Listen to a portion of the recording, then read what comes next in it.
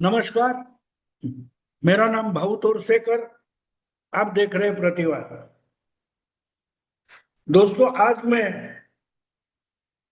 आपके सामने आया हूं तो 3 दिन मैंने कोई वीडियो नहीं बनाया। इसका कारण था कि मैं दिल्ली आया हुआ हूं मुंबई से, और 22 जुलाई के बाद मैं कोई वीडियो नहीं कर पाया।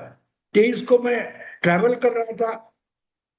24 को मेरा जो पुराना, जहाँ मेरी फैमिली रहती है, वो घर बदली करना था, तो सामान शिफ्टिंग था। फिर 25 तारीख को मेरे नातिन का बर्थडे सेलिब्रेशन था, तो उसमें सब चला गया। और लेकिन इसके बीच में बहुत सारी घटनाएं पॉलिटिकल हुई। और मैं जानता हूं कि बहुत सारे लोग सोचते होंगे कि इतनी बड़ी बड़ी घटनाएं हो रही है, ये दिल्ली में भी पहुंचा है, तो दिल्ली में कॉकरोच का आंदोलन चल रहा था वगैरह वगैरह, ये भाग कहाँ गया। ये बड़ा मोदी भक्त है, मोदी समर्थक है, और मोदी के बारे में बड़ी बड़ी बातें बोलता है। और जब मोदी हार गया तो भाऊ तोरसेकर कहाँ भाग गया। बोलेंगे जरूर, और बोलना भी बनता है उनका, क्योंकि मैं हमेशा मोदी समर्थक रहा हूं। और मैंने मोदी जी की जो राजनीति है उसका विश्लेषण बार बार किया है, और उसके संदर्भ में बोलते बोलते, रेफरेंस से बोलते बोलते विपक्ष की गलतियां कहाँ हो जाती है उसका भी विश्लेषण किया है। तो बात ये तो बनती है कि जब मोदी संकट में आता है तो संकट में मोदी क्यों फंस गया, कैसे फंस गया, मोदी सरकार की टांग कहाँ टूट गई, ये बोलने के लिए भाऊ सामने क्यों नहीं आ रहा है। ये अगर मुझे सुनने वाले लोगों के दिमाग में आ जाए तो बिल्कुल गलत नहीं है, क्योंकि एक बहुत बड़ी बात हो गई है। 2002 में, 2001 में नरेंद्र मोदी गुजरात के मुख्यमंत्री बने। इसके बाद आज तक, यानी पहले 12 साल, 13 साल गुजरात के मुख्यमंत्री, और बाद में 12 साल जो देश के प्रधानमंत्री बने हुए नरेंद्र मोदी है, उन्होंने कभी भी किसी भी आंदोलन के दबाव में आकर अपना कदम पीछे नहीं लिया। एक्सेप्शन एक है, किसान कानून जो थे उसके बारे में बहुत सारा आंदोलन हो रहा था, तो किसान आंदोलन के समय में उन्होंने 3 कानून वापस लिए थे। लेकिन किसी भी मंत्री हो, किसी भी कारण हो, कोई भी नीति हो, उसके खिलाफ कैसा भी आंदोलन हुआ तो मोदी जी कभी विड्रॉ नहीं करते। और ऐसे मोदी जी, एक कोई डिजिटल पार्टी बनती है, सोशल मीडिया में एक पार्टी बनती है कॉकरोच जनता पार्टी, और उसका एक आंदोलन शुरू हो जाता है और उसका जो माहौल बनने लगता है, उसके सामने मोदी जी झुक गए। उन्होंने अपने मिनिस्टर का इस्तीफा दे लिया, तो मोदी हार गए। आप देख रहे हैं, मैं देख रहा हूं, दुनिया देख रही है, जिसके लिए 1 महीने से ज्यादा आंदोलन चल रहा था कि भाई धर्मेंद्र का इस्तीफा होना ही चाहिए, बाकी जो कुछ हो या ना हो। अगर आंदोलन धर्मेंद्र प्रधान के इस्तीफे के लिए हुआ था, और अगर वो इस्तीफा हो भी गया है, और वांगचुक का अनशन खत्म होने के बावजूद बाद में अचानक एक खबर आई कि भाई धर्मेंद्र प्रधान ने अपना इस्तीफा दे दिया है। जो खबर मुझे थी, इसका वो ऐसी थी जानकारी कि पहले से ही धर्मेंद्र प्रधान ने अपना इस्तीफा प्रधानमंत्री को सौंप दिया था, लेकिन 25 तारीख को वो स्वीकार किया गया। तो इसलिए सामने आकर धर्मेंद्र प्रधान ने खुद ने डिक्लेयर किया कि भाई, युवा भारत की अगर इच्छा है तो मैं रिजाइन होता हूं वगैरह वगैरह। तो बिल्कुल मोदी की हार हुई है, ये मानना पड़ेगा। अगर लोकसभा के 2024 के चुनाव में 2 बार बहुमत पाने वाले नरेंद्र मोदी, उनकी पार्टी को जो बहुमत मिला था 2 बार, 14 और 19 में, अगर वो पार्टी 240 पर बहुमत के नीचे आ जाए तो वो मोदी जी की हार थी, पार्टी की हार थी, ये मानना पड़ेगा, मानना पड़ेगा।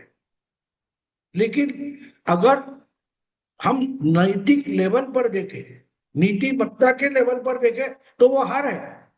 लेकिन हमारे देश में जो डेमोक्रेसी है वो नैतिकता से नहीं चलती, आंकड़ों से चलती है। जिसके पास 50% से ज्यादा सदस्यों का, सांसदों का सपोर्ट है, वो प्रधानमंत्री बन जाता है। उसके अपने कितने, उससे कोई मतलब नहीं। सिर्फ 46 एमपी वाले देवेगौड़ा भी जिस देश में प्रधानमंत्री बने, तो 240 एमपी अपने पार्टी के होने के बाद मोदी प्रधानमंत्री बनना तो तय था। उनके गठबंधन को 100 290 से ज्यादा सीटें मिली थी। कहने का मतलब ये कि वैसे ये कोई पहली पहली हार है मोदी की, ऐसा बिल्कुल नहीं है। लेकिन एक बात माननी पड़ेगी कि अगर मोदी ने ये जो विषय है वो अपने नाक का विषय बनाएगा, नहीं देगा। यहां तक कि पहले कम से कम 20 दिन आंदोलन और वांगचुक का अनशन शुरू होने के बाद अगर 3 हफ्ते 20 दिन तक सरकार ने उनसे बात तक नहीं की थी, मामला जब कोर्ट में गया और कोर्ट के आदेश पर सरकार ने पुलिस की कार्रवाई की और जिंदगी धोखे में होने के कारण सोनम वांगचुक को उठाकर अस्पताल में भर्ती किया गया।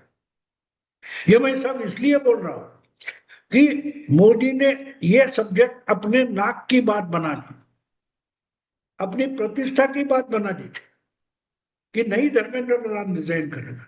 वैसे तो मोदी के सपोर्टर जो सवर्ण वर्ग होता है, वो भी यूजीसी के मामले में पिछले 8-7 महीने से धर्मेंद्र प्रधान के खिलाफ बातें कर रहा है।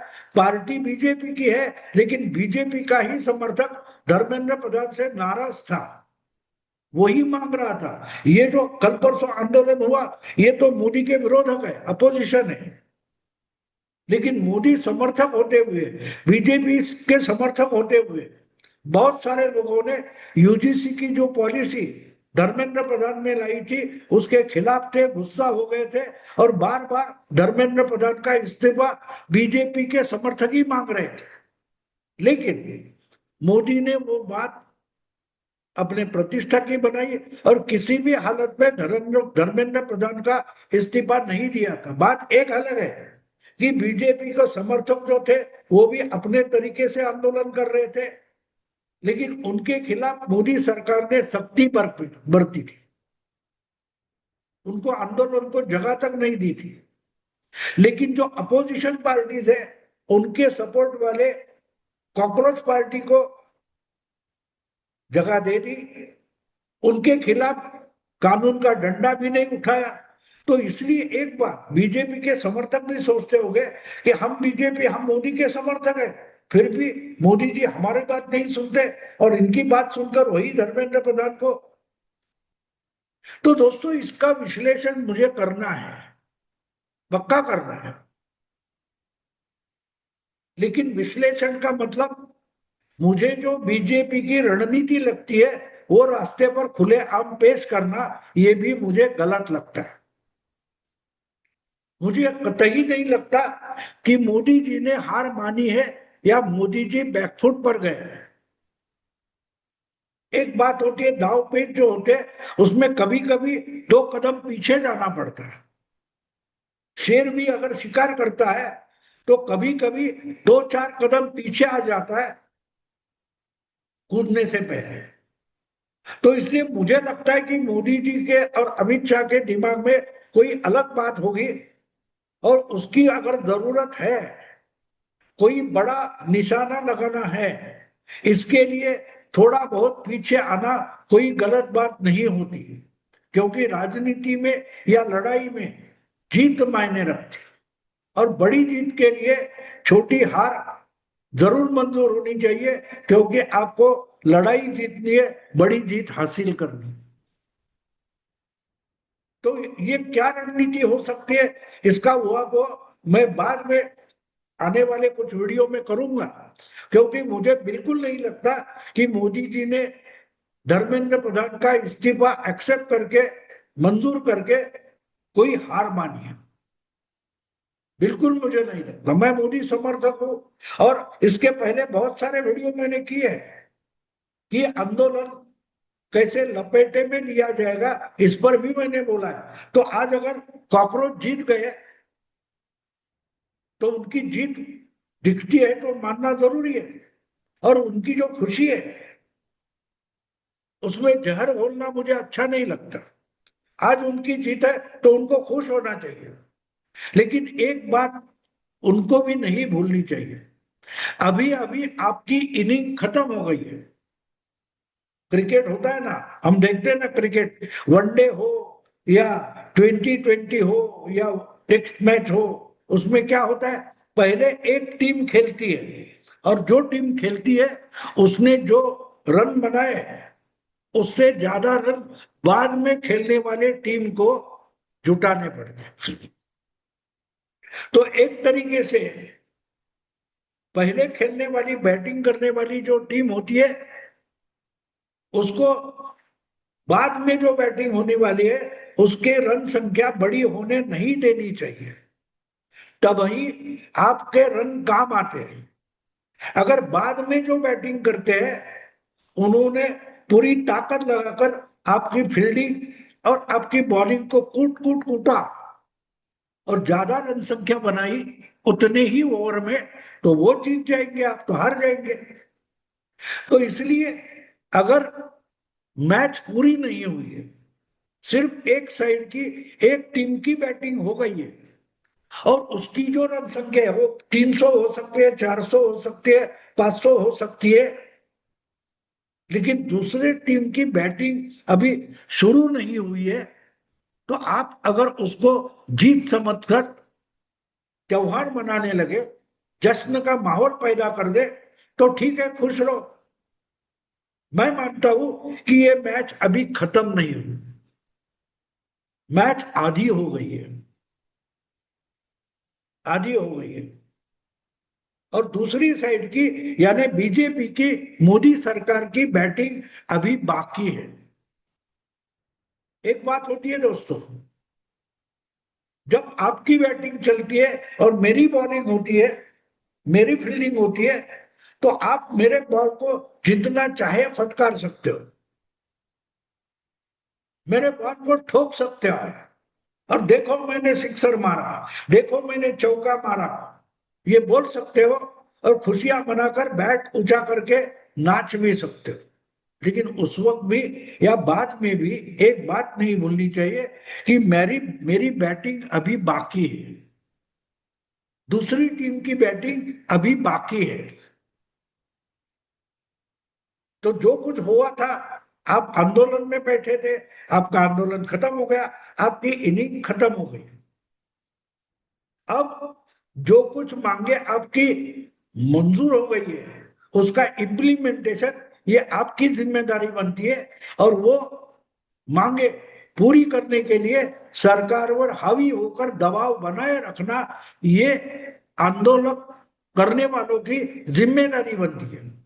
यानी जो रन संख्या आपने बनाई है वो रन संख्या आपको डिफेंड करनी है। अगर सामने वाली टीम आपका हर बॉल ठोकते गई और चौके छक्के मारती गई, तो बहुत कम समय में आपकी रन संख्या पार हो जाती है। बहुत सारे मैचेस हमने देखे कि 50 ओवर की मैच है, लेकिन 50 ओवर खेले जाते हैं ऐसा बिल्कुल नहीं। कभी कभी तो 30, 35 या 42 ओवर में भी बाद में टीम खेलने वाली टीम जीत जाती है। क्यों जीत जाती है? क्योंकि उनको मालूम होता है कि आपका रन रेट क्या था, आपकी रन संख्या कितनी थी। तो वो तय करते हैं कि भाई 300 बनाए पहले खेलने वाले ने, तो हमको 50 ओवर खेलते वक्त हर ओवर में कम से कम 6 से थोड़ा ज्यादा रन रेट होना चाहिए। तो वो अपनी इनिंग पूरी प्लानिंग कर सकते हैं। बाद में खेलने वाले के लिए एक अवसर ये होता है कि वो अपनी पूरी इनिंग प्लान कर सकते हैं, जो पहले खेलने वाले टीम को वो चांस नहीं होता। और इसलिए मैंने आज जो बहुत बड़ी रन संख्या बनाई है, हमने धर्मेंद्र प्रधान का इस्तीफा लिया है, इसलिए खुश है। मैं उनके जीत में या जश्न में जहर नहीं घोलना चाहता। आनंद करो, खुश रहो, लेकिन आने वाले जो समय का तकाजा है, वो भी भूलो मत, भूलो मत। क्योंकि आपके सामने एक शक्तिशाली सरकार खड़ी है, एक यंत्रणा खड़ी है, एक प्रशासन खड़ा है। उनकी बैटिंग की बाकी है। आपका आंदोलन खत्म हो गया, उनकी एक्शन शुरू हो जाएगी। मैं जाते जाते आपको इतना ही बोलकर जाऊंगा, उनकी बैटिंग अभी बची है। और 15 अगस्त के बाद क्या होता है देखेंगे। ये मैच संसद के अधिवेशन सेशन 13 अगस्त को खत्म होने वाला है, और 15 अगस्त को लाल किले पर प्रधानमंत्री का भाषण होगा। तो मैच 15 अगस्त को खत्म होने वाली है। बस इतना ही एक संकेत देकर रुकता हूं, एक सिग्नल देकर रुकता हूं। आप भी सोचो दोस्तों। मैं रुकता हूं। अगर वीडियो पसंद आए, लाइक कीजिए, शेयर कीजिए, और प्रतिवाद को सब्सक्राइब कीजिए। नमस्कार।